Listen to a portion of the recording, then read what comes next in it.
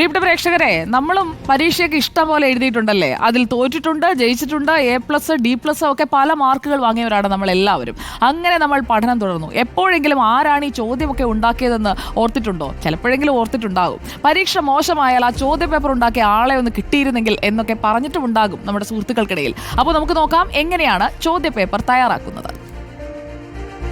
തുടക്കത്തിലേ പറയട്ടെ, വളരെ ശ്രമകരമാണ് ചോദ്യപേപ്പർ തയ്യാറാക്കൽ. +1, +2കാർക്കാണ് ചോദ്യമെങ്കിൽ SCERT വർക്ക്ഷോപ്പ് നടത്തിയാണ് ചോദ്യപേപ്പർ നിശ്ചയിക്കുന്നത്. 2 സെറ്റ് ചോദ്യപേപ്പറുകളാണ് SCERT ഇത്തരത്തിൽ തയ്യാറാക്കുക.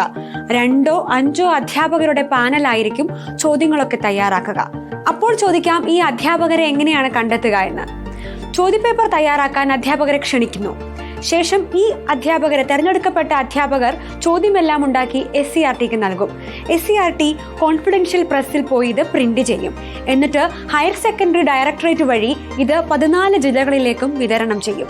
ജില്ലകളിൽ ഏതെങ്കിലും ഒരു കളക്ഷൻ പോയിന്റ് വെച്ച് അവിടെ വന്ന് പ്രിൻസിപ്പൽമാർ ചോദ്യപേപ്പർ കളക്ട് ചെയ്യും. സ്കൂളിലെത്തിയാൽ സുരക്ഷിതമായ കേന്ദ്രങ്ങളിലേക്ക്, സേഫിലേക്കൊക്കെ ഇത് മാറ്റും.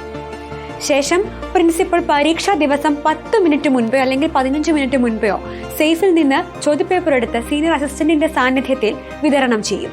ഇനി 8, 9, 10 ക്ലാസ്സുകളിലെ ചോദ്യപേപ്പറുകൾ SCERTയുടെ ജില്ലാ കേന്ദ്രങ്ങളായ ഡയറ്റ് വഴിയാണ് വിതരണം ചെയ്യുക.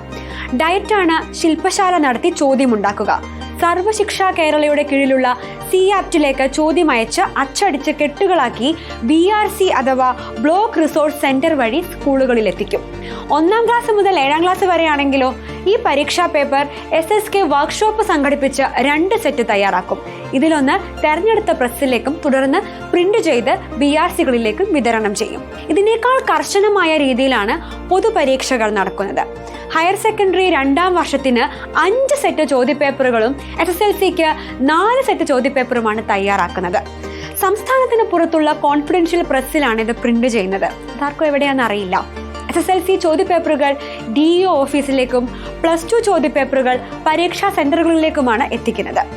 രാഷ്ട്രീയ ഇടപെടലും BRCയിലെ താൽക്കാലിക നിയമനങ്ങളും ഒക്കെയാണ് ഇപ്പോൾ ചോദ്യപേപ്പർ ചോർച്ചയിലെ പ്രധാന ചോദ്യങ്ങളാകുന്നത്. ചോദ്യം കണ്ടാണ് പേടിച്ചിരുന്നതെങ്കിൽ ഇനിയിപ്പോൾ ചോർച്ച കണ്ട് ചോദിച്ചുകൊണ്ടേയിരിക്കണം. ആരാണ് ആ ചോദ്യം ചോർത്തിയത്? നമ്മൾ ചോദിച്ചുകൊണ്ടേയിരിക്കും. നമ്മൾ മാത്രമല്ല,